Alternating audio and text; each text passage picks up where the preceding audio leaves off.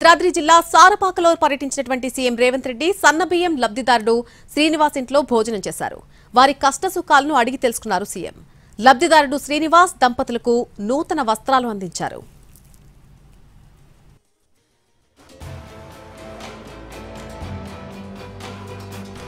CM Revanth Reddy తమ ఇంట్లో భోజనం చేయడంతో శ్రీనివాస్ కుటుంబ సభ్యులు సంతోషం వ్యక్తం చేశారు.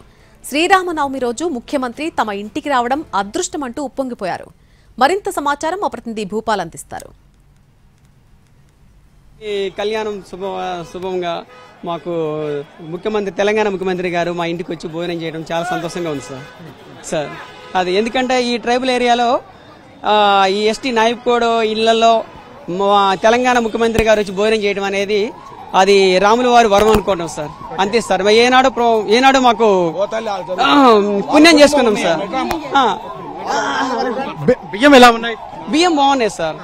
మనకి ఈ నెల ఏప్రిల్ 1 నుంచి బియ్యం ఇచ్చారు సార్. బియ్యం సన్న బియ్యం కూడా మనకి కోట్లో కొనుక్కున్న బియ్యం లాగా ఉన్నాయి సార్. బియ్యం కూడా బాగున్నాయి సార్. ఈ ఎవరైతే మన తెలంగాణ ప్రజలు ఎవరైతే ఉన్నారో వాళ్ళు ఈ సన్న బియ్యం తినడం అనేది మనకి రెగ్యులర్ గా కొనుక్కోవాలి చేయాలి కాబట్టి, కాకపోతే రేవంత్ గారు సీఎం గారి దయ వల్ల మనకి సన్న బియ్యం ప్రతి నెల మనం కొనకుండా స్టోర్ వల్ల ఇవ్వడం జరుగుతుంది సార్.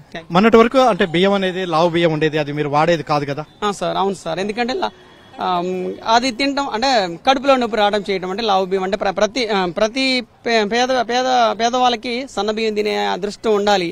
ప్లస్ ఈ ముఖ్యమంత్రి గారు రావడం వల్ల సన్న బియ్యం అనేది ప్రతికి పంపిణీ జరిగింది సార్.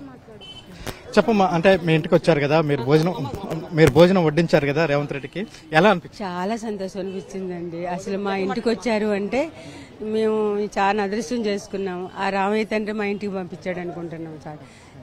అసలు మేము ఇంకా ఈ జన్మలో అట్లా ఆ సారి రావడం మాకు ఇది అనుకుంటున్నాం అండి. చాలా చాలా మాకు మంచి అనిపించిందండి. మేము